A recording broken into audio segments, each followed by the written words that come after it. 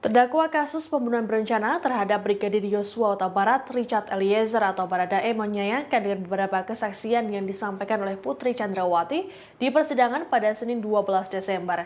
Satu di antaranya adalah soal peristiwa seorang perempuan yang keluar dari rumah Ferdy Sambo sambil menangis. Richard pun menilai apabila CCTV di rumah Sambo ada, maka Putri akan memberikan keterangan jujur di persidangan. Dikutip dari Kompas.com, hal ini disampaikan Richard dalam sidang lanjutan di Pengadilan Negeri Jakarta Selatan. Richard mengatakan beberapa kesaksian yang dilontarkan istri Ferdy Sambo itu ada yang tidak sesuai. Dikatakan oleh Richard, Putri dianggap bohong soal wanita menangis di rumah Ferdy Sambo yang ada di Jalan Bangka. Menurutnya, Putri kala itu sempat mengajaknya bersama Matius dan Yosua berputar-putar di area Kemang sebelum ke rumah Jalan Bangka. Richard saat itu diminta untuk berjaga di luar rumah dan kemudian melihat sosok wanita yang menangis. Kesaksian kedua yang diluruskan oleh Richard adalah pengakuan Putri yang tidur selama perjalanan dari Magelang ke Jakarta. Padahal menurut Richard, Putri sempat meminta petunjuk soal tempat tes PCR. Ketiga adalah keterangan Putri yang mengaku tidak mengajaknya menyimpan senjata ke lemari penyimpanan di lantai 3 rumah pribadi di Jalan Saguling. Berikutnya adalah soal pengakuan Putri yang tak mengetahui skenario pembunuhan Yosua yang telah dibahas di Saguling. Padahal menurut Richard, perencanaan tersebut disampaikan Sambo saat ada Putri di dekatnya.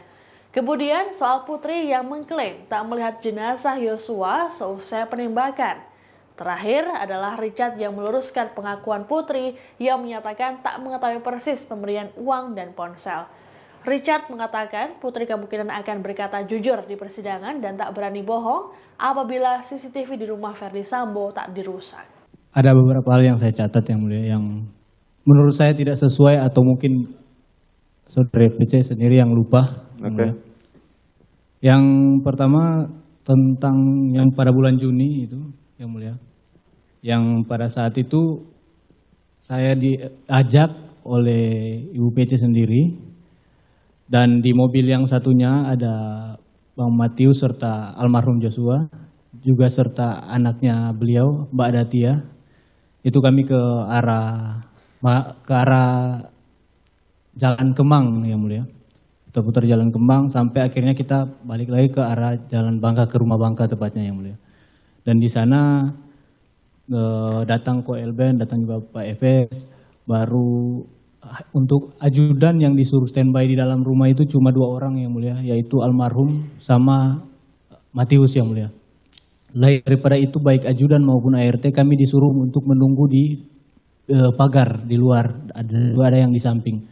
Dan karena pada saat itu saya yang ada di luar, jadi saya yang melihat sendiri untuk perempuan yang keluar dari dalam rumah yang mulia, menangis. Itu yang pertama. Siap. Kedua? Baik, yang kedua yang mulia pada saat tanggal 8 yang mulia, pada saat sepanjang perjalanan dari Magelang sampai di Jakarta tadi Ibu PC menjelaskan bahwa Ibu PC ini tidur yang mulia, tidur terus itu sampai di Jakarta yang mulia. Bahkan tidak ada percakapan antara saya dan Ibu PC. Padahal sebenarnya saya ada percakapan dengan Ibu PC menanyakan tentang PCR yang mulia. Saya pada saat itu Sadam selaku ajudan yang standby di kediaman Bangka. Karena protapnya ketika dari luar kota ini harus balik ke Jalan Bangka dulu untuk isolasi dan PCR. Jadi Sadam ini yang chatting ke saya, minta petunjuk untuk PCR mau dipesankan jam berapa yang mulia. Jadi ketika Sadam chatting ke saya langsung menanyakan ke ibu pada saat itu. Saya bilang ya udah bang, pesan aja PCR-nya. Saya langsung menanyakan mohon petunjuk ibu untuk PCR dilaksanakan di mana. Yang ketiga? Terus yang ketiga yang mulia, Ibu PC membantah dan mengatakan lupa pada saat beliau mengajak saya untuk menyimpan senjata ke kamar di lantai 3 yang mulia. Dan tadi sudah ditanyakan juga dari Bapak Jaksa Penuntut Umum, bagaimana saya bisa mengetahui letak lemari di situ yang mulia. Lalu yang keempat? Ibu PC tadi bilang tidak tahu pada saat saya mengobrol dengan Bapak Efes di lantai 3. Padahal kenyataannya Bapak Efes dan saya ngobrol, dan pada saat Bapak Efes menjelaskan tentang skenario serta menyuruh saya untuk menembak Joshua dan membunuh Joshua pada waktu itu, Ibu PC itu ada di situ. Juga pada saat saya mengisi peluru, menambah amunisi, Ibu PC juga ada di situ yang mulia. Makanya kalau seandainya CCTV lantai 2 dan lantai 3 rumah Saguling serta jalan Bangka itu ada, mungkin semua akan lebih terang dan ibu mungkin tidak akan berani berbohong di depan pengadilan begini. Lalu yang selanjutnya yang mulia, Ibu PC bilang di Duren 3 itu Ibu PC menutup pintu. Padahal setelah kejadian itu, dan jelas juga ada dari beberapa saksi juga mengatakan, baik dari Romer, Om Kuat juga mengatakan bahwa pintu itu terbuka setengah yang mulia. Dan saya juga melihat memang pintu kamar Ibu PC ini terbuka setengah. Ya. Lalu yang terakhir yang mulia, Ibu PC mengatakan tidak tahu tentang pemberian uang dan HP yang mulia.